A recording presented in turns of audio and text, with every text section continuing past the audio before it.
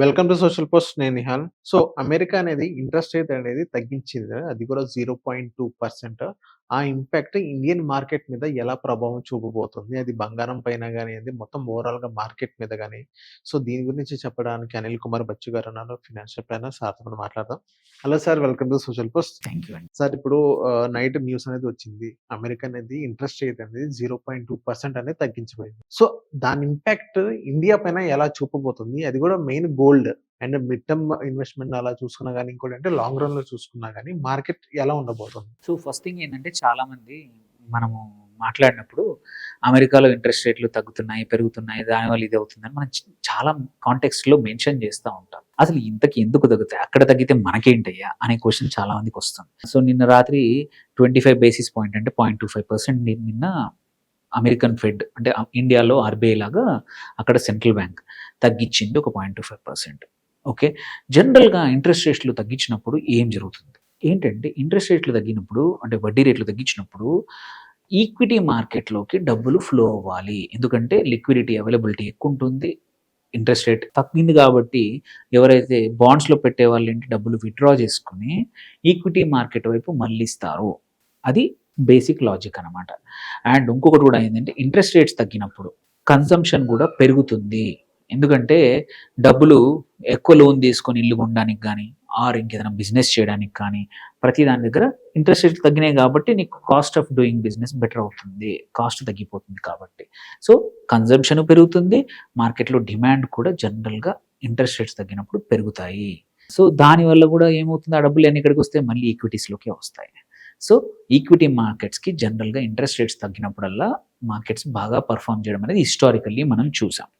Okay. But ఒక question అడగచ్చు, ఇవాళ మధ్యాహ్నం ఆల్రెడీ మనం 1:00 వరకు ఉన్నాము, మరి నిన్న రాత్రి తగ్గింది కదా, మరి ఇండియాలో మార్కెట్లో ఇంకా ఇవాళ డౌన్ ఉంది కదా అనే క్వశ్చన్ కూడా వస్తుంది. అక్కడ ఒకటి దానికి లోకల్ రీజన్స్తో పాటు ఇంకొక రీజన్ ఏంటంటే నిన్న ఇంట్రెస్ట్ రేట్స్ తగ్గిస్తూ కూడా వాళ్ళు ఏం చెప్పారంటే నెక్స్ట్ సైకిల్ ఎప్పుడు డిసెంబర్ నుంచి తగ్గించకపోవచ్చు అనే ఇండికేషన్ ఫెడ్ ఆల్రెడీ ఇచ్చేసింది అనమాట. అంటే that shows that more or less interest rate cycle తగ్గించే సైకిల్ అయిపోయింది అనే మిక్స్డ్ సంకేతాలు కూడా ఇటువైపు ఈక్విటీ మార్కెట్స్కి వచ్చాయి. అదొక రీజన్.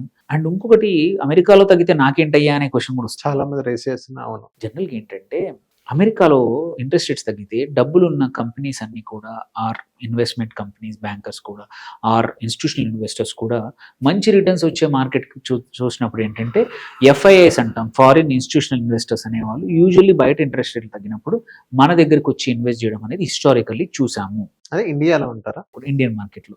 అండ్ మనకు ఆల్రెడీ మనం లాస్ట్ 1 year నుంచి ఎఫ్ఐఐస్ ఇన్ఫ్లో కన్నా అవుట్ఫ్లో ఎక్కువైపోయింది. Okay.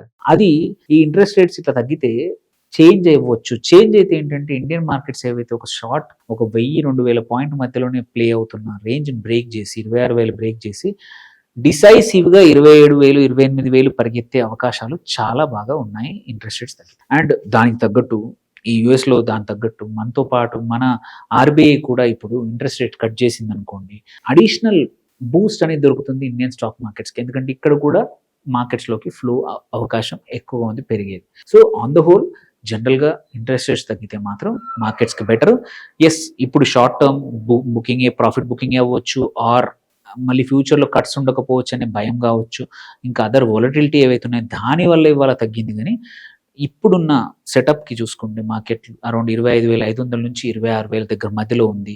It is poised. Medium టర్మ్లో మాత్రం compulsory market should move towards 27,000, 28,000 side డిసైసివ్గా మూవ్ అవ్వాలి.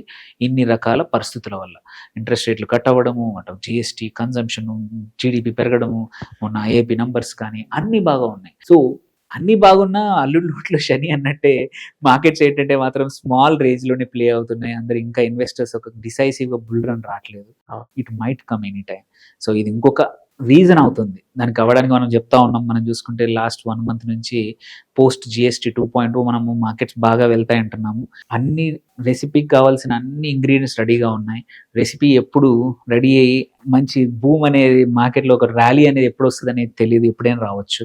This is just another catalyst markets పెరగడానికి. దెన్ మీరు అడిగిన క్వశ్చన్లోనే గోల్డ్ గురించి, ఎస్, బంగారం దానికి వద్దాం. సో బంగారంకి ఏమవుతుంది, నేను చెప్పాను ఇప్పటివరకు మా ఇంట్రెస్ట్ రేట్ తగ్గితే ఈక్విటీ మార్కెట్స్కి మంచిది. ఇంకోటి కూడా సేమ్ ఇదే సైమల్టేనియస్లీ ఏంటంటే ఇంట్రెస్ట్ రేట్ తగ్గినప్పుడు ఇన్వెస్టర్స్ ఏంటంటే ఆల్టర్నేట్స్ చూసుకున్నప్పుడు బంగారం ఒక యూజువల్లీ ఆప్షన్. ఇక్కడ కూడా హిస్టారికల్ ఇంట్రెస్ట్ రేట్ తగ్గినప్పుడల్లా బంగారం ప్రైస్ కూడా పెరగడం చూసాము. నిన్న కూడా ఇమ్మీడియట్ రియాక్ట్ అయింది.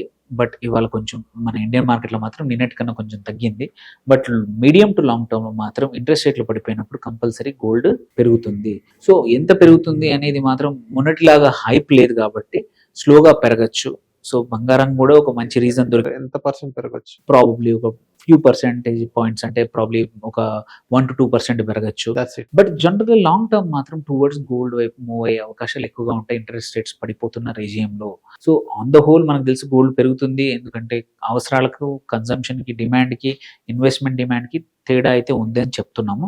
సో ఆ లెక్కన ఫ్యూచర్లో కూడా కంటిన్యూ అవబోతోంది.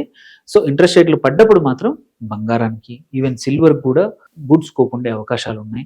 సో ఇది ఎప్పటి నుంచో అంటున్నాము, కాకపోతే వాళ్ళంతలో వాళ్ళు తగ్గించారా లేకపోతే ట్రంప్ ప్రెషర్ వల్ల తగ్గించారా తెలియట్లేదు. ఎందుకంటే ట్రంప్ చెప్పాడు తగ్గించమని. యూజువల్లీ చెప్పకూడదు, ఇది it's a decision by central banks. Yes. Central banks independent గా ఉంటే ఏంటంటే ఆ దేశ ఆర్థిక వ్యవస్థ బాగా నడుస్తుంది.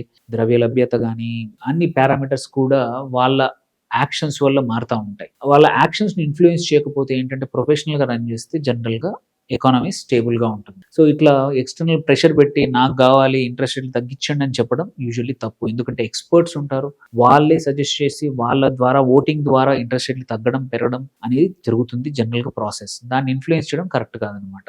సో హోప్ఫుల్లీ ఈ ఇంకా ఇంట్రెస్ట్ రేట్ కట్స్ ఇన్ఫ్లుయెన్స్ కాకుండా డేటా బేస్, ఒక బేస్ మీద డేటా తీసుకొని చేస్తారని అనుకుంటున్నాము. అండ్ సైమల్టేనియస్లీ దీన్ని వల్ల మాత్రం ఇమ్మీడియట్ ఇవాళ నెగిటివ్ ఉన్న నెక్స్ట్ 1 or 2 weeks లో ఇంట్రెస్ట్ రేట్ తగ్గడం వల్ల పాజిటివ్ గా మార్కెట్లో చూడబోతున్నాం. గోల్డ్ కూడా కొంచెం పెరగచ్చు, కరెక్షన్ కాదు పెరగచ్చు, సిల్వర్ కూడా పెరగచ్చు. ఈ రోజు 120 ఆ రేంజ్ లో ఉంది. మళ్ళీ ఎంత పర్సెంట్ అంటే 20. కొన్ని రోజుల వరకు గోల్డ్ 1.20 నుంచి 1.30 మధ్యలోనే ట్రేడ్ అవుతుంది. కొన్ని రోజుల వరకు డిసైసివ్ గా ఏదైనా రీజన్ వచ్చేంత రోజుల వరకే ట్రేడ్ అవుతాను, నెలల వరకు కొన్ని ట్రేడ్, నెలల వరకు, నెలల వరకు కొన్ని నెలల వరకు ఈ రేంజ్ లోనే ఉండొచ్చు. 130 వరకు. ఏదైనా మేజర్ ఇంపాక్ట్ వచ్చేంత వరకు గోల్డ్ మళ్ళీ హ్యూజ్ ర్యాలీ 140, 150 వరకు పరిగెత్తకపోవచ్చు. ఒక 5-6 నెలల వరకు ఈ స్మాల్ రేంజ్ లోనే ఉండే అవకాశాలు ఎక్కువగా కనబడుతున్నాయి బేస్డ్ ఆన్ ద నంబర్స్ ఇప్పుడు చూస్తుంటే. సేమ్ సిల్వర్ కూడా అంతే, ఇప్పుడు దగ్గర 140 దగ్గర ట్రేడ్ అవుతా ఉంది. కొన్ని రోజుల వరకు అలాగే ఉండొచ్చు. ఆఫ్టర్ ఇంకొక క్వార్టర్ 2 quarters తర్వాత మళ్ళీ కొంచెం స్మాల్ మూవ్స్ ప్లే చేయొచ్చు. బట్ మొన్నటంత పేస్ మాత్రం స్పీడ్ తో పెరగకపోవచ్చు. Okay. So thank you sir. Thank you అండి.